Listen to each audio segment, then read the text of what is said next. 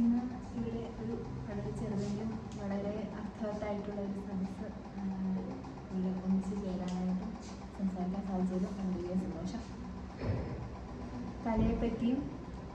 കലയെപ്പറ്റി വളരെ സ്പെസിഫിക്കായി, എന്നാൽ ചരിത്രത്തെപ്പറ്റിയും ഓർമ്മയെപ്പറ്റിയും അതിലുള്ള അധികാരബന്ധങ്ങളെപ്പറ്റിയും പരത്തി സംസാരിക്കാമെന്നാണ് വിചാരിക്കുന്നത്.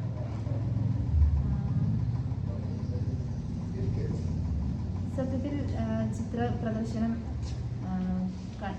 കണ്ട് ഇറങ്ങുമ്പോൾ പലപ്പോഴും ചിത്രത്തിൻ്റെ ഭാഷയെപ്പറ്റി, ഇവിടെ പ്രദർശിപ്പിക്കപ്പെട്ട ചിത്രത്തിൻ്റെ ഭാഷയെപ്പറ്റി സംസാരിക്കുമ്പോൾ അതിന് ചിഹ്നങ്ങളുമായിട്ടുള്ള ഒരു ബന്ധത്തെ അല്ലെങ്കിൽ ചിഹ്നങ്ങളിലേക്ക് അത് കൊടുത്തിരിക്കുന്ന ഊന്നലിനെ നമ്മൾ വളരെ ശ്രദ്ധയോടെ നോക്കേണ്ടതുണ്ടെന്ന് തോന്നുന്നു. ചിഹ്നങ്ങളിൽ ഊന്നിയിട്ടുള്ള അല്ലെങ്കിൽ വളരെ വിവിഡായിട്ട് വളരെ ഡയറക്റ്റായിട്ട് സൂചിത ബന്ധമുള്ള ചിഹ്നങ്ങൾ നിറയെ ഉള്ള ചിത്രങ്ങളാണ് പലതും. സൈനുകളെ പറ്റി അങ്ങനെ സംസാരിക്കുമ്പോൾ ഒരു പക്ഷേ ഡോക്ടർ അജയ് ശേഖറിൻ്റെ ചിത്രങ്ങൾക്ക് ഒരു ചുട്ടെഴുത്തുകളുടെ സൈനേജസിൻ്റെ സ്വഭാവമൊക്കെ ഉണ്ടെന്ന് നമുക്ക് പറയാൻ പറ്റും.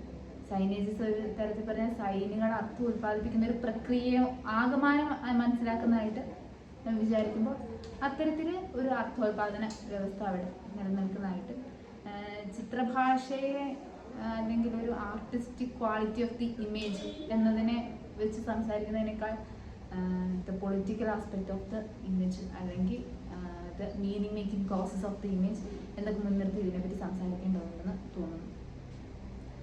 ചിഹ്നങ്ങൾ എപ്പോഴും അർത്ഥം ഉൽപ്പാദിപ്പിക്കുന്നത് അതിൻ്റെ സാംസ്കാരിക പരിസരത്താണെന്ന് നമുക്കറിയാം. ആ ഒരു സാംസ്കാരിക പരിസരത്തിൽ എങ്ങനെയാണോ ആ ചിഹ്നങ്ങൾ നിലനിൽക്കുന്നത് അതനുസരിച്ചാണ് അതിൻ്റെ അർത്ഥോൽപാദനം നടക്കുന്നത് എന്നുള്ള വളരെ ജനറലായൊരു ഐഡിയ നമുക്കുണ്ട്.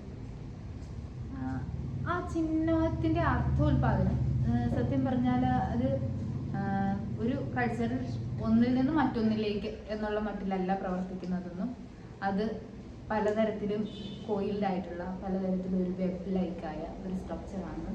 അർത്ഥം എപ്പോഴും ഇങ്ങനെ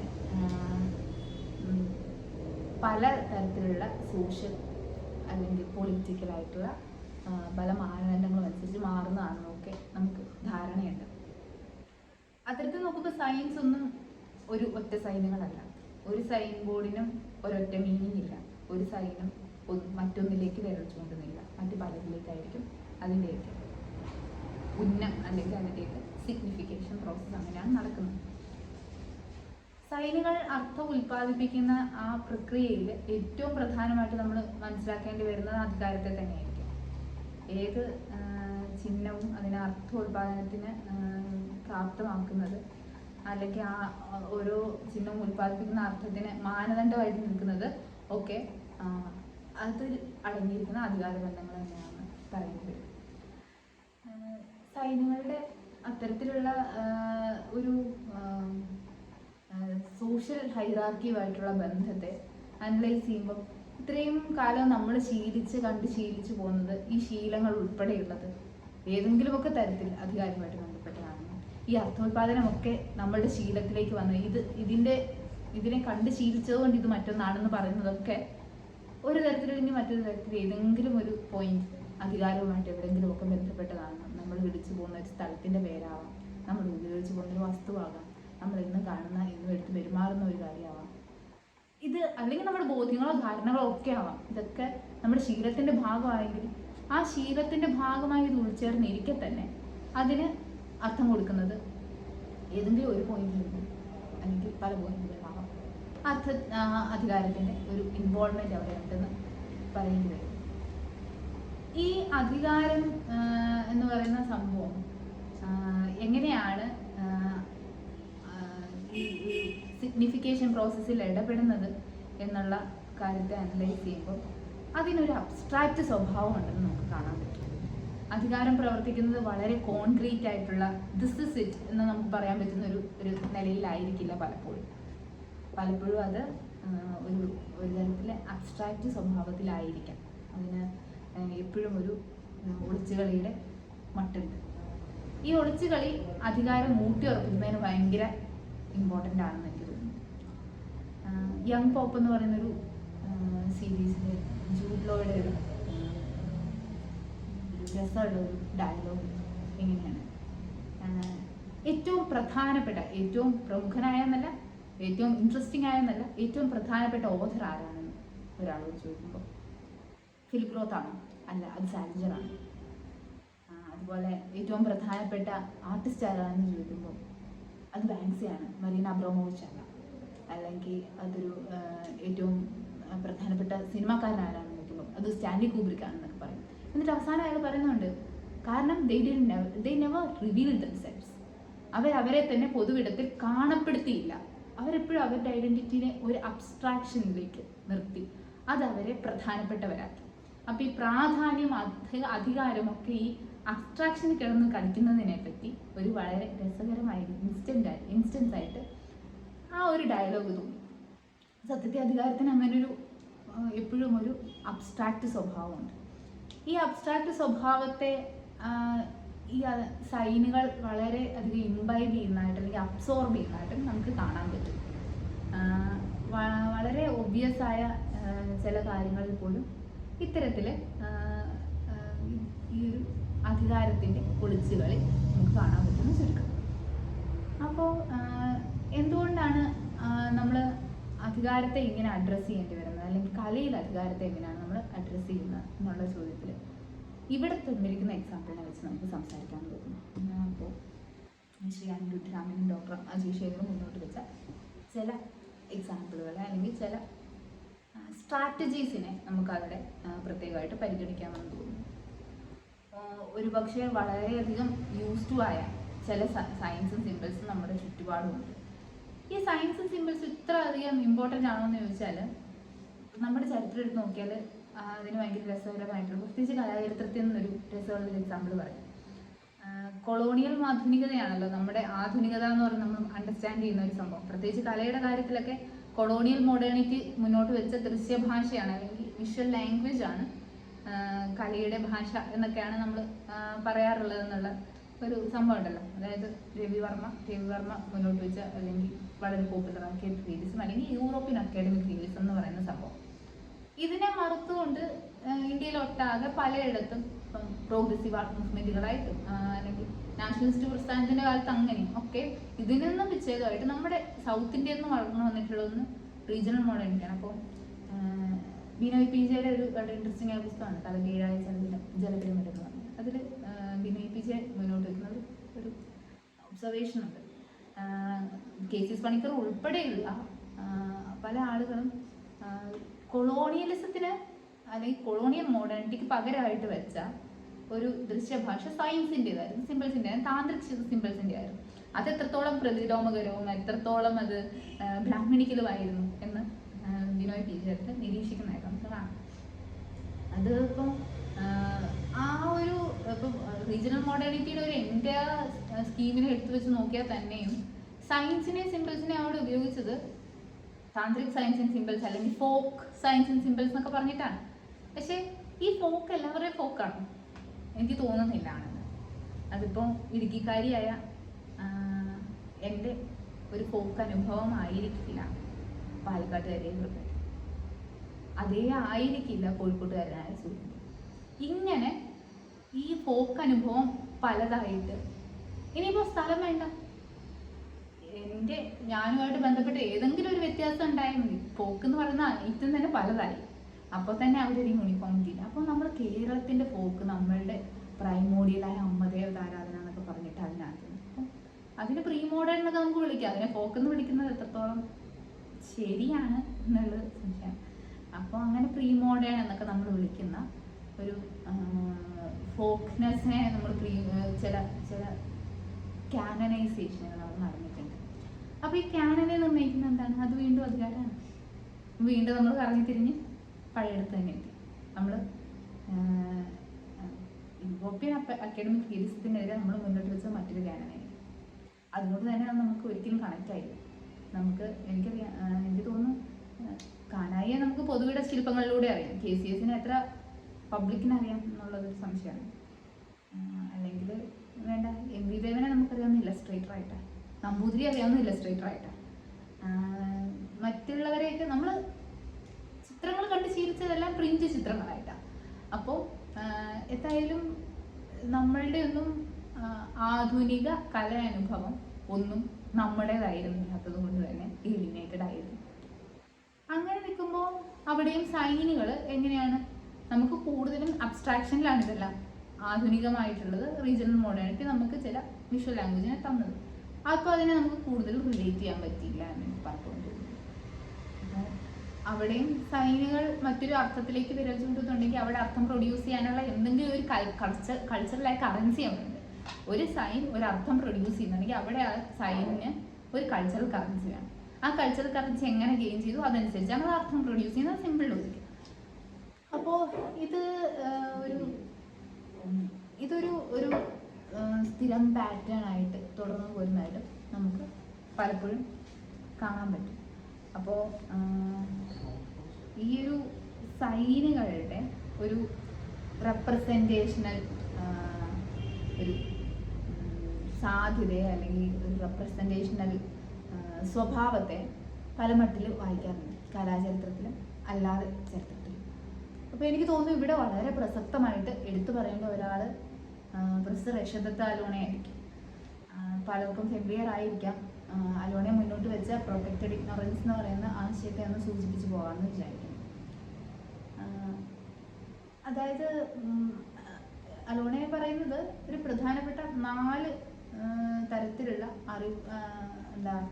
മനസ്സിലാക്കൽ, അണ്ടർസ്റ്റാൻഡിങ്ങിന് 4 തരത്തിലുള്ള രീതികൾ അല്ലെങ്കിൽ കൊളോണിയൽ കാലത്തിന് ശേഷം പ്രധാനമായിട്ട് നമുക്ക് ഒരു 4 തരം ഡിസ്കോഴ്സസിനെ അദ്ദേഹം വേർതിരിച്ച് വെക്കുന്നുണ്ട്. ഒന്ന് ഇമ്പീരിയൽ ഡിസ്കോഴ്സാണ്, അത് ഒബിയസ്ലി ഒരു കൊളോണിയൽ ഡിസ്കോഴ്സ് നമ്മൾ പറയുന്ന സംഭവം.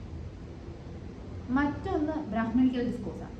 നമുക്കറിയാവുന്ന നമ്മൾ ചിരപരിചിതമായിട്ടുള്ള പലപ്പോഴും ഈ പറഞ്ഞ പോലെ മുൻപ് അധികാരത്തിൻ്റെ ഒളിച്ചുകളികൾക്കകത്ത് വളരെ പ്രൊമിനൻ്റ് ആയിട്ടുള്ള ഒളിച്ചുകളികൾ നടത്തുന്ന ഒരു ഡിസ്കോഴ്സാണ്. മറ്റൊന്ന് നോൺ ബ്രാഹ്മണിക് ഡിസ്കോഴ്സാണ്. അതിനകത്ത് അംബേദ്കർ ഉൾപ്പെടെയുള്ളവരെ പറയുന്നുണ്ട്. പിന്നെയുള്ള മാർക്സിസ്റ്റ് ഡിസ്കോഴ്സിനെ പറ്റി അദ്ദേഹം പറയുന്നുണ്ട്. അപ്പോൾ ഇത്തരത്തിൽ പ്രധാനപ്പെട്ട് കളം പിടിച്ച ചില ഇന്ത്യയിൽ കളം പിടിച്ച പ്രത്യേകിച്ച് ആർട്ടിൻ്റെയൊക്കെ മേഖലയിൽ വളരെയധികം ഇമ്പോർട്ടൻ്റ് ആയിരുന്ന 4 ഡിസ്കോഴ്സിനെ പറ്റി അദ്ദേഹം, അല്ലെങ്കിൽ മെത്തേഡ്സ് ഓഫ് അണ്ടർസ്റ്റാൻഡിങ് അല്ലെങ്കിൽ റെപ്രസെൻറ്റേഷനെ മനസ്സിലാക്കാനായിട്ടുള്ള 4 ടൂളുകളെ അദ്ദേഹം ഇങ്ങനെയാണ് ഐഡൻറ്റിഫൈ ചെയ്യുന്നത്. അതിനകത്ത് നോൺ ബ്രാഹ്മണിക് ഡിസ്കോഴ്സിനെ പറ്റി പറഞ്ഞു വരുമ്പോൾ നമ്മളുടെ നാട്ടിൽ ഈ ഒരു വൈറ്റ് ഇഗ്നോറൻസ് എന്ന് പറഞ്ഞ ചാൾസ് മിൽസ് കോയിൻ ചെയ്തിട്ടാണ്. അതായത് വൈറ്റ് മാൻ്റെ സുപ്രീമസിയെ, അങ്ങനത്തെ സുപ്രീമസി ഉണ്ട് എന്നുള്ളതിൻ്റെ ആ ഒരു വാസ്തവത്തെ ഇഗ്നോർ ചെയ്ത് പ്രൊട്ടക്റ്റ് ചെയ്യുന്ന ഒരു ഇടപാട് വൈറ്റ് സുപ്രീമസിയെ ഓഥറൈസ് ചെയ്യാൻ വേണ്ടിയിട്ട് ഉപയോഗിച്ച് പോന്നിരുന്നത്. ഇതേപോലെ തന്നെ ഇവിടെ ബ്രാഹ്മണിക്കൽ ഡിസ്കോഴ്സുകൾ അല്ലെങ്കിൽ ബ്രാഹ്മണിക്കൽ ഹെജിമണി ഉണ്ടോ ഇല്ലയോ എന്നുള്ളതിനെ ഒന്ന് മൂടി വെച്ച് ഒന്ന് പ്രൊട്ടക്റ്റ് ചെയ്യുന്ന ഒരു ഇഗ്നോറൻസ്. അപ്പം കണ്ണടച്ചിരുത്താക്കുക എന്നൊക്കെ നമ്മൾ പറയുന്നത് ഏറെക്കുറെ ഈ ഒരു അവസ്ഥയിൽ നമുക്ക് മനസ്സിലാക്കാമെന്ന് വിചാരിക്കും. അപ്പോൾ അതൊരു ആശയത്തെപ്പറ്റി യശോദത്ത അലോണെ മുന്നോട്ട് വയ്ക്കും. ഒരു കൗണ്ടർ റീഡിംഗ് എന്നുള്ള മട്ടിൽ എംപ്ലോയ് ചെയ്യാവുന്ന ഒന്ന് ബുദ്ധിസ്റ്റ് ഫിലോസഫിയും അതുപോലെ തന്നെ അംബേദ്കർ ഫിലോസഫിയാണ് അദ്ദേഹം പ്രപ്പോസ് ചെയ്യുകയും ചെയ്യുന്നത്. അത് പറഞ്ഞു വന്നൊരു കാരണം ഈ സൈനുകളുടെ റീഇൻ്റർപ്രിട്ടേഷനിലാണെങ്കിലും ആ റീഇൻ്റർപ്രിറ്റഡ് സൈനുകളെ അല്ലെങ്കിൽ ചിത്രങ്ങളെങ്കിൽ ചിത്രങ്ങൾ, ദൃശ്യഭാഷയെങ്കിൽ ദൃശ്യഭാഷ, അല്ലെങ്കിൽ എഴുത്തുഭാഷയെങ്കിൽ എഴുത്തുഭാഷ, ഇത് വായിക്കാനായിട്ട് നമുക്കൊരു ടൂൾ ഉണ്ടാക്കിയെടുക്കുമ്പോൾ ആ ടൂളിന് എത്രത്തോളം സബ്വേഴ്സീവ് കപ്പാസിറ്റി ഉണ്ട് എന്നുള്ള ഒരു ധാരണയെ നമ്മൾ ഊട്ടിയുറപ്പിക്കേണ്ടതായിട്ടുണ്ട് എന്നുള്ളത്. അപ്പോൾ കലയിലെ രീതിശാസ്ത്രം എന്താണ് എന്നുള്ളത് ഒരു ചോദ്യം. മറ്റൊരു ചോദ്യം കലയിലെ ഇമേജ് പ്രൊഡക്ഷൻ്റെ രീതിശാസ്ത്രവും അതുപോലെ തന്നെ ഇമേജിനെ വായിക്കുന്നതിൻ്റെ അതിൻ്റെ ഹിസ്റ്റോറിയോഗ്രഫിയുടെ രീതിശാസ്ത്രം. ഹിസ്റ്റോറിയോഗ്രഫിയെ പറ്റി പറയുമ്പോൾ തമാശയാണ്. കാരണം നമ്മൾ എല്ലാവരും സ്കൂളിൽ ഹിസ്റ്ററി പഠിച്ചിട്ടുണ്ട്. ഒരു നല്ല പ്രായം വരെ ഹിസ്റ്ററി പഠിച്ചിട്ട് സ്കൂൾ വിട്ടിറങ്ങിയവരാണ് നമ്മളെല്ലാവരും. ചിലപ്പോൾ ഹിസ്റ്ററി തുടർന്നും പഠിച്ചിട്ടുണ്ടാവും. ചരിത്രം പഠിച്ചിട്ടുണ്ട്, ചരിത്രമാണ് നമ്മൾ പഠിച്ചത്. നമ്മളിതിനെ വളരെ എക്സ്പ്ലിസിറ്റ് ആയിട്ട് പറയുകയാണെങ്കിൽ വളരെ വ്യക്തമായിട്ട് ഇങ്ങനെ പറയുകയെന്ന് വെച്ചാൽ നമ്മൾ പഠിച്ചത് ചരിത്രമാണ്, ചരിത്രവിരുദ്ധല്ല. നമ്മൾ ഹിസ്റ്ററിയാണ് പഠിച്ചത്, ഹിസ്റ്റോറിയോഗ്രഫി അല്ല എന്നുള്ളതാണ്. അപ്പം നമ്മളുടെ സ്കൂളുകളിൽ നമ്മൾ പഠിച്ചത് പൊളിറ്റിക്കൽ ഹിസ്റ്ററിയാണ് അല്ലേ, രാജാക്കന്മാർ ഇന്ന രാജ്യം ഇന്നത് പഠിച്ചു. ഇപ്പൊ ലിറ്ററേച്ചറുകാരോട് ചോദിച്ചാൽ അറിയാം, ലിറ്റററി ഹിസ്റ്ററിയാണ് പഠിച്ചത്, ഇന്ന വർഷത്തെ ഇന്ന പുസ്തകം ഇറങ്ങി ഇന്ന ആൾ ജീവിച്ചു, ഇതാണ് സംഭവം. അപ്പൊ നമ്മൾ ചരിത്ര എഴുത്തിനെ ഒരിക്കലും നമ്മളുടെ സ്കൂളുകളിൽ ഡീൽ ചെയ്തിട്ടില്ല. ഹയർ എഡ്യൂക്കേഷനെ ഡീൽ ചെയ്യാനായിട്ട് അമ്പെ പരാജയപ്പെട്ടു എന്നുള്ളതാണ് വാസ്തവം എനിക്ക് തോന്നുന്നു. എത്രത്തോളം ഹാൻഡ്സ് ഓൺ എക്സ്പീരിയൻസ് നമ്മളൊക്കെ ചരിത്ര എഴുത്തിൽ നമ്മുടെ അക്കാഡമിയെ കൊടുത്തിട്ടുണ്ട് എന്നുള്ളത് സംശയമാണ്. ചരിത്രം എഴുതുന്നവരെ എന്തായാലും പേടിക്കാം, കാരണം history itself is A construct എന്നാണല്ലോ. ഈ കൺസ്ട്രക്റ്റിനെ ഉണ്ടാക്കുക എന്ന് പറഞ്ഞു കഴിഞ്ഞാൽ അതൊരു ഒരു പവർ പൊസിഷനാണ്. ഈ പവർ പൊസിഷൻ എല്ലാവരുടെയും കയ്യിലെത്തിയാൽ അത് പ്രശ്നമല്ല. അപ്പോൾ അതുകൊണ്ട് തന്നെ നമുക്ക് ചരിത്രം എഴുത്ത് നമ്മളുടെ അക്കാഡമിക് പെഡഗോജിയുടെ ഭാഗമല്ല, നമ്മുടെ പബ്ലിക് ഡിസ്കോഴ്സിൻ്റെയും ഭാഗമല്ല എന്ന് പലപ്പോഴും തോന്നുന്നു. നമ്മളിപ്പോഴും കൃത്യമായി വർഷം പഠിക്കാനുള്ള ഒരു കോഴ്സായിട്ടോ അല്ലെങ്കിൽ ഒരു പേപ്പറായിട്ടോ ഒക്കെ നമ്മൾ ചരിത്രത്തെ കാണുന്നതിൻ്റെ പ്രശ്നം അതാണ്. അപ്പോൾ നമ്മുടെ academic pedagogy hands on experience ഉള്ള ചരിത്ര എഴുത്തുകാരെ എന്തായാലും ഭയക്കുന്നുള്ള കാര്യത്തിൽ പ്രത്യേകിച്ച് സംശയമൊന്നുമില്ല. കാരണം പുതിയതായി ഒന്നും ഉണ്ടാക്കാനായിട്ടുള്ളൊരു കപ്പാസിറ്റി അവിടെ ഉണ്ട്. അവിടെ ഈ പറഞ്ഞ പോലെ സൈനുകളെ ഇൻ്റർപ്രറ്റ് ചെയ്യുന്ന കപ്പാസിറ്റി ഒക്കെ നമുക്ക് അത്തരത്തിലേക്കും ഈ പെയിൻറ്റിങ്ങളെ മുന്നോട്ട് വെച്ച് ആലോചിച്ച് കഴിഞ്ഞാൽ നമുക്ക് മനസ്സിലാവും. കാരണം കുറേ കാലം കണ്ട് ശീലിച്ച, ചിലപ്പോൾ ചില ഫോട്ടോഗ്രാഫുകളിലൊക്കെ നമ്മൾ കണ്ടില്ലേ, കുറേ കാലം ആരാധിച്ച് ശീലിച്ചൊരു ശില്പമാണ്. ആ ശില്പത്തിന് മറ്റൊരു വായന പോസിബിൾ ആണെന്ന് ഒരു ചരിത്രകാരൻ പറയുമ്പോൾ, ചരിത്രകാരൻ എപ്പോഴും ഒരു പവർ പൊസിഷനാണ്, ഒരു അതോറിറ്റി ആണല്ലോ അത്. അപ്പം അങ്ങനെ ഒരു അതോറിറ്റി എല്ലാവർക്കും കയ്യിൽ വന്നു കഴിഞ്ഞാൽ പ്രശ്നമാണ്. അപ്പം അത്തരത്തിൽ നോക്കുമ്പം ഇത്തരത്തിൽ ഇത് ബൗദ്ധമാണ് എന്ന് പറഞ്ഞിട്ട് ഒരു സീരീസ് ഓഫ് ഫോട്ടോഗ്രാഫുകളെ കൊണ്ടുപോയി മുന്നോട്ട് വയ്ക്കുമ്പോൾ ഇറ്റ്സ് എ പൊളിറ്റിക്കലാണ്. അത് ഒന്ന്. രണ്ടാമത്തെ കാര്യം, ഒരു ലേമാന് ചരിത്രം എഴുതാൻ പറ്റുമോ എന്നുള്ളത് ഒരു ചോദ്യം. ഇനി എന്തിൻ്റെയൊക്കെ ചരിത്രം എഴുതണം എന്നുള്ള മറ്റൊരു ചോദ്യം. കലാചരിത്ര എഴുത്തിനെ പറ്റിയിട്ട് കേരളത്തിൻ്റെ കോണ്ടെക്സ്റ്റിൽ പഠിക്കലാണ് എൻ്റെ ഗവേഷണം. അപ്പോഴും കണ്ടിട്ടുള്ളത് കേരളത്തിൻ്റെ കലാചരിത്ര എഴുത്ത്, ഒരു കലയെഴുത്തിൻ്റെ ഒരു രീതിശാസ്ത്രം മോഡേണിറ്റിയുടെ കാലത്ത് വർഷമെഴുത്തായിരുന്നു. ഇന്ന വർഷത്ത് ഇന്നത് സംഭവിച്ചു എന്നുള്ളത്. അല്ലെങ്കിൽ അത് വളരെ ഡിസ്ക്രിപ്റ്റീവാണ്. ഇന്ന ചിത്രം ഇന്നതിനെ സൂചിപ്പിക്കുന്നു. നമ്മളൊക്കെ പണ്ട് ഈ വല്ലിയിൽ നിന്ന് ചെമ്മേ പൂക്കൾ പോകുന്നിതാ പറഞ്ഞ അമ്മേ വല്ലി ഗാർഡൻ എന്നൊക്കെ എഴുതി വെച്ച് നമ്മൾ പഠിച്ച ഒരു അനോട്ടേഷൻ്റെ യുക്തിയുണ്ടല്ലോ. എന്ന് പറഞ്ഞാൽ ഈ ചിത്രം ഇന്നതിനെ സൂചിപ്പിക്കുന്നു എന്നുള്ള മട്ടിൽ ഉള്ള എഴുത്തുകളാണ് ആദ്യകാല കലയെഴുത്തുകളിൽ പലതും. അപ്പോൾ നമുക്ക് ആർട്ട് ഹിസ്റ്റോറിയോഗ്രഫിയെ പറ്റിയിട്ടുള്ള ധാരണകളെ വളർത്തേണ്ടതുണ്ട് എന്നുള്ളതിൻ്റെ ഒരു പ്രധാന കാരണം ഇതിനെ പൊളിറ്റിക്കലായിട്ടോ കൾച്ചറലായിട്ടോ എവിടെ അഡ്രസ്സ് ചെയ്തു എന്നുള്ളതാണ്. അപ്പോൾ ഒരു ചിത്ര പ്രദർശനത്തിലൂടെ സാധിക്കും എന്നുള്ളതാണ് ഈ ഒരു ചിത്ര പ്രദർശനം മുന്നോട്ട് വെക്കുന്നതെന്ന് എനിക്ക് തോന്നുന്നു. കണ്ടിറങ്ങിയപ്പോൾ എനിക്ക് തോന്നുന്നു 1-2 അബ്സ്ട്രാക്ട് പെയിൻറ്റിങ്സ്, അതിൽ അഞ്ജുത് രാമൻ്റെ ഒരു അബ്സ്ട്രാക്ട് പെയിൻറ്റിങ് പെട്ടെന്ന് കാണുമ്പോൾ നമുക്ക് പെട്ടെന്ന് ഒരു ഫ്രെയിം ഓഫ് റെഫറൻസ് എന്നുള്ള മട്ടിൽ KCSലേക്ക് ചിലപ്പോൾ പോയേക്കും. പക്ഷേ അത്തരത്തിൽ KCS മുന്നോട്ട് വെച്ച ചരിത്രബോധമോ ദൃശ്യബോധമോ അല്ലെങ്കിൽ അതിന് കൾച്ചറൽ ബോധമോ അല്ല, നേരെ സബ്വേഴ്സീവായതാണ് അവിടെ മുന്നോട്ട് വയ്ക്കുക.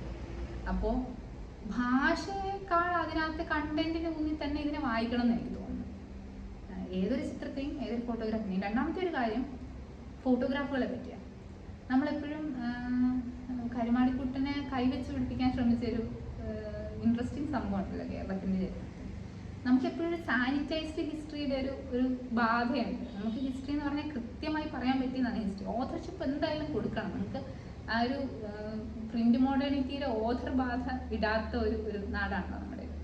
അപ്പോൾ അത്തരത്തിലൊക്കെ നോക്കുമ്പോൾ വളരെ ക്ലീനായ മ്യൂസിയം ആർട്ടിഫാക്റ്റ് ആയിട്ടിരിക്കുന്ന സംഭവങ്ങളെ നമുക്ക് ചരിത്രത്തിനെ അങ്ങനെയാണ് ആർക്കിയോളജിയുടെ ഒരു ക്ലിനിക്കൽ പ്രിസിഷൻ ഉണ്ടല്ലോ, അതൊന്നും ഇല്ലാതെ ഒരു ഫോണിലെടുത്ത ഫോട്ടോഗ്രാഫിനെ നമ്മൾ കൊണ്ടുപോയി ഒരു ഗാലറിയിൽ വെക്കുമ്പോൾ, ഒരു ഡൈനാമിക് ഗാലറിയിൽ വെക്കുമ്പോൾ അതൊരിക്കലും ഒരു മ്യൂസിയം പ്രൊഡ്യൂസ് ചെയ്യുന്ന അർത്ഥമല്ല പ്രൊഡ്യൂസ് ചെയ്യുന്ന എന്നുള്ള. മ്യൂസിയം പ്രൊഡ്യൂസ് ചെയ്യുന്ന അർത്ഥ ഉൽപാദന സാധ്യതയെ അല്ല ഒരു ഗാലറിയിൽ ഒരു ആർട്ട് എക്സിബിഷൻ്റെ ഫോട്ടോഗ്രാഫ് ഉൽപ്പാദിപ്പിക്കുന്നതെന്ന് ചുരുക്കം. അപ്പോൾ ഈ ഫോട്ടോഗ്രാഫുകളുടെ ഒരു പ്രധാനപ്പെട്ട കാര്യം എന്തിനെ ഫോട്ടോഗ്രാഫി ചെയ്തു, അതിനെ എങ്ങനെ ഫോട്ടോഗ്രാഫി ചെയ്യണം, നമുക്കിന്ന് വൃത്തിയാക്കിയിട്ട് വേണമെങ്കിൽ പോയി ഒരു ഫോട്ടോ എടുക്കാം, ഒരു DSLR എടുത്ത് വളരെ പ്ലാൻഡ് ആയിട്ട് ക്ലിനിക്കൽ പ്രിസിഷൻ, എന്നിട്ട് വേണമെങ്കിൽ ഇതിനെ ഡോക്യുമെന്റ് ചെയ്യാം, ആർക്കൈവ് ചെയ്യാം. ഈ ആർക്കൈവൽ യുക്തി അല്ലല്ലോ ഇവിടെ പ്രവർത്തിക്കുന്നത്. ഇത് ചിലപ്പോൾ എനിക്ക് തോന്നുന്നു സാറിൻ്റെ ഫേസ്ബുക്ക് പേജിലുണ്ടാവും ഈ ചിത്രങ്ങൾ. ഇത് പബ്ലിക്കിന് എപ്പോഴും ആക്സസ് ഉള്ള ഒരു സ്ഥലത്തേക്കാണ് വിടുന്നത്. അപ്പോൾ ഒരു ഡൈനാമിക് ഡിസ്കോഴ്സിനെ ഇൻവൈറ്റ് ചെയ്യുന്ന തരത്തിൽ ഇതിനെ പ്ലേസ് ചെയ്യുമ്പോൾ ചരിത്രമെഴുത്ത് എല്ലാവരുടെയും കൂട്ടുത്തരവാദിത്വമാകും. അത് ഒരാളുടെ വ്യക്തിപരമായിട്ടുള്ള അല്ലെങ്കിൽ ഒരാളുടെ അക്കാഡമിക് ഡിസ്കോഴ്സ് മാത്രമല്ല. അവിടെ സാനിറ്റൈസ്ഡ് ചരിത്രത്തിൻ്റെ സ്കോപ്പില്ല എന്ന് വെച്ചാൽ. അപ്പോൾ അതിനെ നമ്മൾ ആ ഒരു തരത്തിലും വായിക്കേണ്ടതെന്ന് തോന്നുന്നു. പ്രത്യേകിച്ച് ഫോട്ടോഗ്രാഫുകളിലേക്ക് വരുമ്പോൾ ഫോട്ടോഗ്രാഫുകളുടെ സത്യത്തിൽ ഈ ബുദ്ധമത പാരമ്പര്യത്തെ പറ്റി ഇവിടെ പറയുന്നത് ആ ഒരു കോണ്ടെക്സ്റ്റിലായതുകൊണ്ട് നമ്മൾ പറഞ്ഞു വരുമ്പോൾ നമുക്കിവിടെ പോയിട്ട് ചോദിക്കാൻ വേണ്ടി ബുദ്ധ ഭിക്ഷുക്കളെ റെഡിലി അവൈലബിൾ അല്ലല്ലോ, നമുക്ക് കിട്ടാനില്ല, നമുക്കില്ല, അങ്ങനെ പാസ്റ്റ് ഇല്ല എന്ന് പറയാൻ വളരെ എളുപ്പമായിരുന്നു നമുക്ക്. പക്ഷേ ചിലപ്പോൾ ഇമേജ് സെക്രീറ്റിംഗ് മെമ്മറി എന്ന് പറഞ്ഞിട്ട് മെമ്മറി സ്റ്റഡീസിൽ ആളുടെ പേര് തിയറി നോറ മുന്നോട്ട് വയ്ക്കുന്നുണ്ട്. ചില ഒബ്ജക്റ്റുകൾ ദി സെക്രീറ്റ് മെമ്മറി. അപ്പോൾ ഒബ്ജക്റ്റുകൾക്ക് ഒരു ജീവിക്കുന്ന അല്ലെങ്കിൽ ഒരു ജീവനുള്ള ഒരവസ്ഥയുണ്ട്, അല്ലെങ്കിൽ ഇറ്റ് ഹാസ് ഗോട്ടനോ ഒരു കർത്തൃസ്ഥാനമുണ്ട്, അതിന് സംസാരിക്കാൻ ചേരുന്നുണ്ട്. അപ്പോൾ ഈ ഒബ്ജക്റ്റുകൾ എന്തൊക്കെയാണ് സംസാരിക്കുന്നത്? അപ്പോൾ അതൊരു ആർക്കിയോളജിക്കൽ സൈറ്റിൽ നിന്ന് കിട്ടിയതായിരിക്കാം. ഈ ഒബ്ജക്റ്റുകൾ ഇനി സംസാരിക്കുന്നത് അത് ഇരിക്കുന്ന സ്ഥലം എന്താണെന്നാണ് വെച്ചിട്ട് കൂടിയത്. ഒരുപക്ഷെ ഒരു മ്യൂസിയത്തിൻ്റെ വോൾട്ടിൽ അല്ലെങ്കിൽ അതിൻ്റെ ഒരു ഗോഡൗണിലിരിക്കുന്ന ഒരു ഒബ്ജക്റ്റ് അല്ല, ഒരു ഫേസ്ബുക്ക് വോളിലെ ഇമേജ് ആയിട്ട് കിടക്കുന്ന ഒബ്ജക്റ്റ്. അതായിരിക്കില്ല ഒരു PhD തീസിസിനകത്തിരിക്കുന്ന അതേ ഒബ്ജക്റ്റ്. ഇതായിരിക്കില്ല ഒരു ഡൈനാമിക് ഗാലറിയിലിരിക്കുന്നത്, അതായിരിക്കില്ല ഒരു മ്യൂസിയത്തിലിരിക്കുന്നത്, അതായിരിക്കില്ല ഒരു ഓപ്ഷൻ ഹൗസിലിരിക്കുന്നത്. അപ്പോൾ ഓപ്ഷൻ ഹൗസിലിരിക്കുന്നതിൻ്റെ പദവി മൂല്യവും ഇവിടെ ഇരിക്കുന്നതിൻ്റെ പദവി മൂല്യവും രണ്ടും ഉൽപ്പാദിപ്പിക്കുന്ന അർത്ഥം രണ്ടാണ്. അതനുസരിച്ച് തന്നെ അത് വളരെ പൊളിറ്റിക്കലായിട്ടുള്ള ഒരു സാധനമായിട്ട് നമുക്കതിനെ കാണാൻ പറ്റും, അതിൻ്റെ അർത്ഥോൽപാദന വ്യവസ്ഥ. പിന്നെ അതിനെ നമ്മൾ എടുത്ത് ഇവിടെ വെക്കുമ്പോൾ ക്വസ്റ്റ്യനിലാവുന്ന ഒന്ന് രണ്ട് കാര്യങ്ങളിൽ ഒന്ന് മെമ്മറിയാണ്, മറ്റൊന്ന് ഹെറിറ്റേജാണ്, വേറൊന്ന് എനിക്കൊന്ന് ക്യാനനാണ്. നമ്മളുടെ ക്യാനനൈസേഷൻ ഓഫ് ഇമേജസ് എങ്ങനെ നടന്നുള്ളത്. നമ്മളുടെ ക്യാനനുകളൊക്കെ നമുക്ക് ഞാൻ ഈ ശില്പങ്ങളെ പറ്റിയിട്ട് കേരളത്തിലെ എഴുത്തുകളിങ്ങനെ അന്വേഷിച്ചു പോയപ്പം നമ്മളുടെ എഴുത്തുകൾ കൂടുതലും വലിയ എന്താ പറയുക ക്ലോസർ ഫിഗേഴ്സിനെ പറ്റിയിട്ടാണ്. അത് ചിലപ്പോൾ തഞ്ചാവൂരെ ശില്പങ്ങളെ പറ്റിയിട്ടായിരിക്കും. ഒരു 70കളിലെയൊക്കെ കാലം ആ ഒരു സമയത്തെ എഴുത്തുകളാണ്. പീരിയോഡിക്കൽസ് വന്ന എഴുത്തുകളെ പറ്റി പറയാം. പീരിയോഡിക്കൽസാണ് കൂടുതൽ ആൾക്കാർ വായിക്കുന്നത്. പിന്നെ ഉള്ളത് നമുക്ക് കാനായി എടുത്തോളം കാനായുടെ ചെറിയ ചെറിയ മാടന്തറയൊന്നുമല്ല, നമുക്ക് കാണാൻ പാകത്തിലുള്ള യക്ഷിയും സാഗരകന്യ ഇരിക്കുകയാണ്. അപ്പോൾ നമുക്ക് എപ്പോഴും അതിനെ ഒന്ന് കാണാൻ പറ്റുക, അതിനകത്തെ ക്രാഫ്റ്റ്സ്മാൻഷിപ്പിനെ അഡ്മയർ ചെയ്യുക, അതുപോലെ അതിൻ്റെ ആൻറ്റിക്വിറ്റിയും എഴുത്തിനൊരു മാനദണ്ഡമാണ്. പിന്നെ അതിൻ്റെ മാനദണ്ഡം എന്തായിരിക്കും?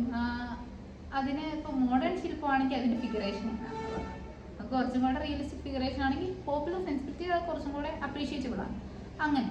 പക്ഷേ നമ്മൾ അത്തരത്തിൽ നോക്കുമ്പോൾ നമ്മളുടെ ക്യാനനുകളിൽ നിന്നും കഴിയാത്ത കുറേ ശില്പങ്ങളുണ്ട്. ആ ശില്പങ്ങൾ നമ്മുടെ കലാചരിത്ര എഴുത്തിലൊക്കെ ഇഗ്നോർ ചെയ്യപ്പെട്ട ശില്പങ്ങളുണ്ട്. അപ്പോൾ ഈ ക്യാനനുകളെ നിർമ്മിച്ചത് ആരാണ്? അവിടെ ഒരു അധികാരം പ്രവർത്തിക്കുന്നുണ്ട്. അപ്പം ഇനിയിപ്പം അങ്ങനെയല്ല, ഇതൊക്കെ ക്യാനനിൽ പെടുത്തണമെങ്കിൽ ഇതിനൊന്ന് ബാപ്തൈസ് ചെയ്യണം എന്നുള്ളൊരവസ്ഥയാണ്. അങ്ങനെ ബാപ്തൈസ് ചെയ്ത് ബുദ്ധനെ ഒന്ന് വിഷ്ണുവാക്കി എളുപ്പമായി. അല്ലെങ്കിൽ ഒരു ഇമേജിനെ എടുത്ത് മറ്റൊരു കോണ്ടെക്സ്റ്റിൽ വെച്ചാൽ അത് എളുപ്പമായിരിക്കും. അപ്പം അങ്ങനെ അതിനെ കൺവീനിയൻ്റ് ആയ പവർ പൊസിഷനിൽ പ്ലേസ് ചെയ്യാന്നുള്ളത്. അപ്പോൾ കാനനൈസേഷൻ ഇതിവിടെ വെച്ചിട്ട് ഇപ്പം എന്തിനാ എന്നുള്ള ചോദ്യത്തിന് ഒരു ഉത്തരം കൊടുക്കേണ്ടുന്ന ബാധ്യത കലാകാരത്തിനുണ്ടാകത്തക്ക വിധത്തിൽ അധികാരത്തോടെ പ്രവർത്തിക്കുന്നുണ്ട്. രണ്ടാമത്തെ കാര്യം ഹെറിറ്റേജാണ്. ഹെറിറ്റേജിന് നമ്മൾ മലയാളത്തിൽ പറയുന്ന വാക്ക് പൈതൃകം എന്നാണ്. പൈതൃകത്തിനകത്ത് എപ്പോഴും ഒരു പിതൃരൂപം ഒളിഞ്ഞിടപ്പുണ്ട്. അതിനെ നമ്മൾ ഉപയോഗിച്ച് പൈതൃകം ഹെറിറ്റേജായി നമുക്ക്. പക്ഷെ പൈതൃകം എന്നുള്ള വാക്കിൽ ഒരു പിതാവുണ്ട്, ഒരു അച്ഛനുണ്ട്, ഒരു ഫാദർ ഫിഗർ ഉണ്ട്. അതായത് ഒരാളിൽ നിന്ന് അടുത്തയാളിലേക്ക് കൈമാറ്റം ചെയ്യാൻ പാകത്തിന് ഒരു പവർ പൊസിഷനുണ്ട്. അതുകൊണ്ടാണ് അത് ഹെറിറ്റേജ് ആവുന്നത്. അങ്ങനെ കറൻസി അവിടെ ഉണ്ടാവണമെങ്കിൽ അവിടെ അധികാരം പ്രവർത്തിക്കണം. ഇതിപ്പോൾ എൻ്റെ വീട്ടിലെ ഒരു പിച്ചാത്തി എടുത്ത് എൻ്റെ മോനെ കൊടുത്താൽ അത് ഒരു പിച്ചാത്തിയാണ്. അതുപോലല്ലല്ലോ ഒരു ഇടപാട്. ഇത്രയേ ഉള്ളൂ അതിനകത്തെ ഒരു ഹെറിറ്റേജ്. അവിടെ അങ്ങനെയാണ് പ്രവർത്തിക്കുക. നമ്മൾ ഹെറിറ്റേജും എപ്പോഴും ആരുടെ ഹെറിറ്റേജ് ആണെന്നുള്ളത് മുമ്പ് ഫോക്കിനെ പറ്റി പറഞ്ഞ പോലെ ആരുടെ ഹെറിറ്റേജ് ആണെന്നുള്ളതും ഈ ഒരു പവർ പൊസിഷൻ നിർണ്ണയിക്കുന്ന ഒരു സംഭവം. മെമ്മറിയും അതുപോലെ തന്നെ. നമ്മുടെ കളക്റ്റീവ് മെമ്മറി എന്താണ് എന്നുള്ളത്, നമ്മുടെ കളക്റ്റീവ് മെമ്മറി ഊർവരാരാധനയുടേതാണ് എന്ന് സ്റ്റേറ്റ് ചെയ്യാൻ വളരെ എളുപ്പമാണ്. എനിക്ക് കാര്യം എൻ്റെ കളക്റ്റീവ് മെമ്മറി, എൻ്റെ പൂർവ്വപിതാക്കളുടെ എവിടുത്തെ കളക്റ്റീവ് മെമ്മറിയിലാണ് ഈ ഊർവരാരാധന ഉള്ളത് എന്നുള്ളത് എനിക്ക് സംശയമാണ്. ഇനി ഇത് ഊർവരാരാധനയാണെന്ന് ഡയറക്റ്റായിട്ട് ബന്ധമാണോ അതോ ഇനിയിപ്പോൾ അത് അക്കാഡമിക് ഡിസ്കോഴ്സിൻ്റെ ഭാഗമായിട്ട് ഉരുത്തിരിഞ്ഞു വന്നാണോ എന്നുള്ളതും വേറൊരു ചോദ്യമാണ്. അപ്പോൾ ഇത് നമ്മളുടെ ഇൻ്റർപ്രിറ്റേറ്റീവ് ക്വാളിറ്റി അനുസരിച്ച്, ഇൻ്റർപ്രറ്റ് ചെയ്യുന്നത് ആരാണെന്നനുസരിച്ച് ഒക്കെ അത് മാറുമെന്ന് എനിക്ക് തോന്നുന്നു. പിന്നെ നോളജിനെ ആർക്കൈവ് ചെയ്യുക, അത് ഫൂക്കോ നമ്മുടെ ആർക്കിയോളജി ഓഫ് നോളജിൽ പറയുന്ന മാതിരി നോളജിനെ ആർക്കൈവ് ചെയ്യുക എന്നുള്ളത് നമ്മളുടെ ഒരു സ്ഥിരം, നമ്മുടെ ഹിസ്റ്റോറിയോഗ്രഫിയെ കുറിച്ച് മുൻപ് പറഞ്ഞ പോലെ അത് ഒരു സ്ഥിരം നമ്മളുടെ ഒരു ശീലത്തിൽപ്പെടുന്നതാണ്. നമ്മളെപ്പോഴും അറിവുണ്ടായാൽ അത് അടുക്കി എടുത്ത് എഴുതി വെക്കും. പക്ഷേ അറിവുണ്ടാകുന്ന സിസ്റ്റത്തെ പറ്റി ആരാണ് സംസാരിച്ചിട്ടുള്ളത് എന്നുള്ളതാണ്. അപ്പോൾ ചില ഇമേജുകൾക്ക് അങ്ങനെയുള്ള ചില മീനിങ് മേക്കിംഗ് ക്വാളിറ്റി ഉണ്ട് എന്ന് നമുക്ക് മനസ്സിലാക്കാം. അതായത് അറിവ് ഉണ്ടാകുന്ന പരിസരങ്ങളെ പറ്റിയും അല്ലെങ്കിൽ അതിൻ്റെ പ്രോസസ്സിനെ പറ്റിയും അതിൻ്റെ മെത്തഡോളജിയെ പറ്റിയും നമ്മൾ ബോധമുള്ളവരായിരിക്കുക എന്നുള്ള ഒരു മട്ടിൽ അതിനെയും മനസ്സിലാക്കാമെന്ന് എനിക്ക് തോന്നുന്നു. അപ്പോൾ ഈ ഹിസ്റ്ററീനെ അതുപോലെ തന്നെ പറയാമെന്ന മറ്റൊന്ന് രണ്ട് കാര്യങ്ങൾ ഈ പവറിനെ എങ്ങനെ ഡീമിസ്റ്റിഫൈ ചെയ്യുന്നു എന്നുള്ളതിനെ കുറിച്ച് കൂടി പറഞ്ഞിട്ട് അതിനെയാണ് കൺക്ലൂഡ് ചെയ്യാവുന്നത്. അപ്പോൾ അധികാരം കുറച്ചു മുമ്പ് പറഞ്ഞതുപോലെ അധികാരം നടത്തുന്ന ഒളിച്ചുകളികളെ ഡിസിഫർ ചെയ്യുക ഇറ്റ്സെൽഫ് ഇസ് ഒരു റെവല്യൂഷണറി ആക്ട്. അപ്പം അധികാരത്തെ ഡീമിസ്റ്റിഫൈ ചെയ്യുക എന്നുള്ളത്, അതായത് അധികാരം മുന്നോട്ട് വയ്ക്കുന്ന അബ്സ്ട്രാക്ഷനുകളെ അണ്ടർസ്റ്റാൻഡ് ചെയ്യുക എന്നുള്ളതാണ് അതിനകത്തെ ഒന്നാമത്തെ ഒരു ആവശ്യം എന്ന് എനിക്ക് തോന്നുന്നു. കാരണം ഈ ഒരു അബ്സ്ട്രാക്ഷൻ വളരെ കൊടുക്കുന്ന ഒരു ഓറയുണ്ടല്ലോ, ഇതെന്താണെന്ന് അറിയത്തില്ലാത്തതുകൊണ്ട് അടുക്കാൻ പറ്റായില്ല. അപ്പോൾ അതിനെ മനസ്സിലാക്കാനായിട്ട് ഇപ്പം നമുക്കറിയാം, ഒരു കാൾ ഡങ്കൻ്റെ ഒരു പ്രധാനപ്പെട്ട ഒരു വർക്കാണ് മ്യൂസിയം ആർട്ട് മ്യൂസിയംസ് റിച്വൽ അല്ലെ, ആർട്ട് മ്യൂസിയംസ് റിച്വൽ. അപ്പം കാൾ ഡങ്കൻ്റെ ഒരു വർക്കാണ്. അപ്പം അവിടെയൊക്കെ ഒരു ഈ ഓറ ഓഫ് ദ ആർട്ട് വർക്ക് അല്ലെങ്കിൽ the aura of the museum artefact എങ്ങനെയാണ് വർക്ക് ചെയ്യുന്നതെന്ന് വെച്ചിട്ടുള്ളത്, അതിനകത്ത് നമ്മൾ അറിവിനെ അടുക്കി എഴുതാനെടുത്ത മെത്തഡോളജി എന്താണ്, അവിടെ ഇൻവോൾവ് ആയിട്ടുള്ള പവർ സ്ട്രക്ചറുകൾ എന്താണ് എന്നൊക്കെ മനസ്സിലാക്കാനായിട്ട് അത് വളരെ ഇമ്പോർട്ടൻ്റ് ആണെന്ന് തോന്നുന്നു. അത്തരത്തിൽ ഈ ഒരു അധികാരത്തെ ഡീമിസ്റ്റിഫൈ ചെയ്തെടുക്കുക എന്നുള്ള പ്രോസസ്സിനെ ജനകീയമാക്കുക എന്നുള്ള പ്രോസസ്സിലൂടെയാണ് അതിനെ കുറച്ചും കൂടെ സാധിക്കാനുള്ളത്. അധികാരത്തെ അപ്പാടെ എടുത്ത് ഡീമിസ്റ്റിഫൈ ചെയ്തതിനെ അഴിച്ചെടുത്ത് വെക്കാമെന്നൊന്നുമല്ല, ഇതിവിടെ ഇങ്ങനെയാണ് പ്രവർത്തിക്കുന്നതെന്ന് ചൂണ്ടിക്കാണിക്കുന്നത് തന്നെ ഒരു പ്രോസസ്സാണ്. ഇവിടെ ഒരു ബുദ്ധൻ ഉണ്ടായിരുന്നു എന്ന് പറയുക എന്നുള്ളത് തന്നെ ഒരു ചൂണ്ടുപലകയാണ്. ഇവിടെ ഉണ്ടായിരുന്നത് ഇതുകൂടി ആയിരുന്നു, ഇത് മാത്രമല്ല മറ്റു പലതും ഉണ്ടായിരുന്നു എന്നൊക്കെ പറയുന്നത് പോലെ. അപ്പോൾ കാരണം പവർ പ്രവർത്തിക്കുന്നതിനെ വളരെ രസമായിട്ട് നമ്മളുടേതെന്നൊക്കെ പറഞ്ഞിട്ട് നമ്മൾ ബ്രാൻഡ് ചെയ്യുന്ന കുറേ കാര്യങ്ങളുണ്ടല്ലോ. നമ്മുടെ ഹെറിറ്റേജ്, നമ്മുടെ ഒരു പൈതൃകം, നമ്മളുടെ ശീലം, നമ്മളുടെ കാഴ്ച, നമ്മളുടെ കേൾവി, നമ്മളുടെ ഈസ്തറ്റിക്സ്, ഇതൊക്കെ. അപ്പോൾ അതൊക്കെ വർക്ക് ചെയ്തിരിക്കുന്നത് ദിനൂസിൻ്റെ 1000 പ്ലേറ്റോസിൽ പറയുന്നത് ഒരു രസമുള്ളൊരു സെൻറ്റൻസ് ഉണ്ട്. ഭാഷയെ പറ്റിയാണ്, മദർ ടങ്ങിനെ പറ്റിയാണ്. There is no mother tongue, there is only a dominant language and a political multiplicity. Mother tongue stabilises around a bishopric, a parish, a capital. അപ്പോൾ നമ്മുടേത് ഉറയ്ക്കുന്നത് എവിടെയാണ്? അധികാരത്തിന് ചുറ്റുമാണെന്ന് ചുരുക്കം. നമ്മുടേതാവൽ അല്ലെങ്കിൽ നമ്മുടെ കൾച്ചറിൻ്റേത്, നമ്മുടെ സിമ്പിൾ, നമ്മളുടെ ബ്രാൻഡ് നെയിം, ഇതൊക്കെ ഉറയ്ക്കുന്നത് ഒരു അധികാര കേന്ദ്രത്തിന് ചുറ്റുമാണ് എന്നുള്ളത് ആണ് അതിനകത്തുനിന്ന് ഒരു ബ്രോഡർ അണ്ടർസ്റ്റാൻഡിങ്ങിൽ. ഇപ്പം ഒരു യൂറോപ്യൻ അണ്ടർസ്റ്റാൻഡിങ്ങിൽ അത് ബിഷപ്രിക്കും പാരിഷും ക്യാപിറ്റലും ഒക്കെ ആവുന്നത്. നമുക്കവിടെ ഇവിടെ ഒരു വളരെ ശക്തമായൊരു ബ്രാഹ്മണിക്കലായ, പെട്രിയാർക്കലായ, കാസ്റ്റിസ്റ്റായ ഒരു വ്യവസ്ഥയുണ്ട്. അപ്പം ഒരിക്കലും അത് കോണ്ടെക്സ്റ്റ് മാറുന്നു, പക്ഷെ യുക്തി മാറുന്നില്ല എന്ന് ചുരുക്കം. കോണ്ടെക്സ്റ്റ് മാറുന്നു, നമ്മളുടെ ഐഡൻറ്റിറ്റിയും സ്റ്റെബിലൈസ് ചെയ്യുന്ന അല്ലെങ്കിൽ നമ്മളുടെ കൾച്ചറൽ ഐഡൻറ്റിറ്റീനെ കാനനൈസ് ചെയ്യുന്ന ഒരു യുക്തി ഒരു ബ്രാഹ്മണിക്കൽ പാട്രിയാർക്കൽ കാസ്റ്റിസ്റ്റ് വ്യക്തിയാണ് എന്നുള്ളത് അതിനകത്തുനിന്ന് മനസ്സിലാക്കിയെടുക്കാമെന്ന് തോന്നുന്നു. ഇനി എനിക്ക് തോന്നുന്നു സംസാരിക്കുന്നതായിരിക്കും കുറച്ചും കൂടി നല്ലതല്ലേ. അപ്പോൾ ഇതിലേക്കുള്ള പ്രതികരണങ്ങളും ഇതിനെക്കുറിച്ചുള്ള നിരീക്ഷണങ്ങളും മറ്റ് ചോദ്യങ്ങളോ റെസ്പോൺസുകൾ ഓരോരുത്തർക്കായി പറയാവുന്നതാണ്. എല്ലാവരെയും ഇതിലേക്ക് സ്വാഗതം ചെയ്യുന്നത് ശ്രീ ഐമനം തന്നെ അത് തുടങ്ങി വെക്കും എന്ന് തോന്നുന്നു. ഇതിനെക്കുറിച്ച് എന്തെങ്കിലും ഈ പെയിൻറ്റിങ്ങുകളെക്കുറിച്ചും പൊതുവായി പറഞ്ഞ കാര്യങ്ങളെക്കുറിച്ചോ പ്രതികരണം? എനിക്ക് വളരെ താല്പര്യമായിട്ട് തോന്നിയത് ഈ ബുദ്ധൻ എന്ത് പറ്റി എന്നുള്ള ഒരു വലിയ ഒരു കാര്യം. പല സ്ഥലത്തും ജയശേഖർ ഡോക്ടർ അതുപോലെയുള്ള ഈ ബുദ്ധ പ്രതിമകളൊക്കെ ബുദ്ധൻ്റെ ഇമേജസൊക്കെ ഇങ്ങനെ കിടക്കുന്നത് കണ്ടിട്ടുണ്ട്. പിന്നെ ഞാൻ ടൂറിസം രംഗത്ത് പ്രവർത്തിക്കുന്ന ആളാണ്. ഞങ്ങൾ മിക്കവാറും പരിപാടി വഴി പോകുമ്പോഴൊക്കെ നമുക്ക് കാണാനും പറ്റും, പക്ഷെ നമുക്കതൊന്നും ഇൻ്റർപ്രറ്റ് ചെയ്ത് കൊടുക്കാനും പറ്റത്തില്ല. ആൾക്കാർക്ക് ഇങ്ങനെ സംഭവിച്ചെന്നുള്ളത്, പിന്നെ അദ്ദേഹത്തിന് സംഭവിച്ചു എന്നുള്ളൊരു കാര്യമുണ്ട്. പല സ്ഥലങ്ങളിൽ ഇമേജസ് കാണാൻ പറ്റും. പിന്നെ ഈ മാറ്റങ്ങളെക്കുറിച്ച്, ഇപ്പോൾ അധികാര മാറ്റങ്ങളെക്കുറിച്ച് പറയുമ്പോഴത്തേക്കും എൻ്റെ മുത്തശ്ശിയൊക്കെ ജീവിച്ചത് ഇപ്പോൾ 120 വയസ്സ് കൂടുതലാണ്, 125 ഉണ്ട്. അവരൊക്കെ പ്രാർത്ഥിച്ചിരുന്നത് അമ്മയെ മഹാമായനാണ്. ഞങ്ങളുടെ കുടുംബക്ഷേത്രങ്ങളിൽ പോയി പ്രാർത്ഥിച്ചിട്ടുണ്ട്. അപ്പം നമ്മളവിടെ പോയി കഴിഞ്ഞാൽ ആ ഒരു ക്ഷേത്രത്തിൻ്റെ മുന്നിൽ എഴുതി വെച്ചിട്ടുണ്ട് അമ്മേ നാരായണ. ഭയങ്കര ഒരു മാറ്റമായിട്ട് എനിക്ക് തോന്നുന്നുണ്ട്. അതുകൊണ്ട് നമുക്കാർക്കൊരു പ്രതികരണം അങ്ങനെ ചെയ്യുന്നില്ല. അങ്ങനെ പിന്നെ നമ്മളുടെ സർപ്പക്കാവുകളൊക്കെ പലപ്പോഴും കാണുന്നുണ്ട്. ഇരിക്കുന്നതെല്ലാം ഈ ബുദ്ധനാണെന്ന് തോന്നിയിട്ടുണ്ട്. അത് വ്യക്തമായിട്ട് കാണാൻ പറ്റും. അതൊക്കെ കാട്ടിനകത്ത് പോയി നമ്മളൊക്കെ അതിപ്പോഴും വിളിച്ചു വരുത്തുന്ന ആരാണ്? ഈ പറഞ്ഞ ബ്രാഹ്മണനെ വിളിച്ചു വരുത്തിയാണ് ഒരു വർഷം ഒന്ന് ഈ പൂജയൊക്കെ കൊടുക്കുന്നത്. ചെയ്തിട്ട് ആ ബ്രാഹ്മണന് പൈസ വാങ്ങി പോവുകയും ചെയ്യും. ഇതൊരു കാര്യം. പിന്നെ അങ്ങനെയാണ്. പിന്നെ ചരിത്രം എന്ന് പറയുന്നത് എനിക്ക് തോന്നുന്നു എല്ലാവരും ഒരു ചരിത്രത്തിൻ്റെ ഭാഗം തന്നെയാണ്.